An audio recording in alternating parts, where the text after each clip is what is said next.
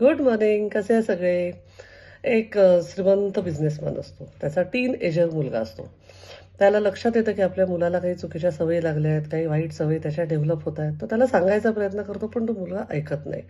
आणि बाद में देखेंगे, मैं थोडा बडा हो जाऊंगा तो करेक्ट करूंगा, असं त्याचा स्टेटमेंट असतं.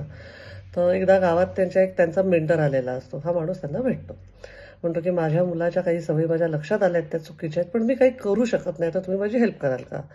ते म्हणतात त्याला माझ्याकडे घेऊन ये. हा घेऊन जातो त्या मुलाला. टीनेज असतो मुलगा, तो जातो. ते त्याला म्हणतात मेरे साथ गार्डन चल. गार्डन घेऊन जातात. गार्डनमध्ये गेल्यावर गप्पा करत करत चालता चालता त्यांना एक छोटंसं असं रोप दिसतं. तो मेंटर म्हणतो हे काढ, जमिनीतनं उपट. मुलाला मजा वाटते चिखलात पाण्यात हात खराब व्हायला जरा. तर ते उपटतो पटकन.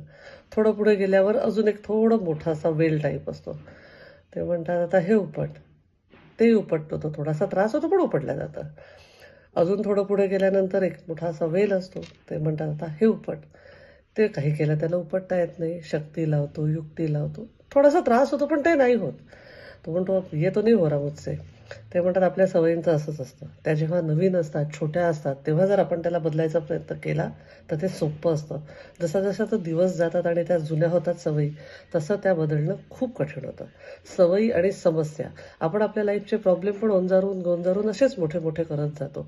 आणि वेळीच त्याच्यावर उपाय न केल्यामुळे ते आपल्या डोक्यावर बसतात. खूप आपल्याला माहीत असतं आपल्याला ही सवय बदलायची आहे, पण आपण नंतर करू, ह्या वयात करू, फिटनेससाठी करायचं आहे नंतर करू, अजून तर माझ्याकडे खूप वेळ आहे, असं करून जी चालढकल करतो ना, मग ते मोठं रूप धारण करतात आणि मग आपल्याला ते चेंज करता येत नाही. वेळीच अलर्ट व्हा, वेळीच ज्या काय सवयी बदलायच्या आहेत त्या बदला, ज्या काय प्रॉब्लेमवर सोल्युशन शोधायचं आहे ते शोधा आणि आपल्या लाईफ इझी करा. आपल्या प्रॉडक्टिव्हिटीचा वेळ वाचतो ना, आपलाच वेळ वाचतो. Stay blessed. I love you all.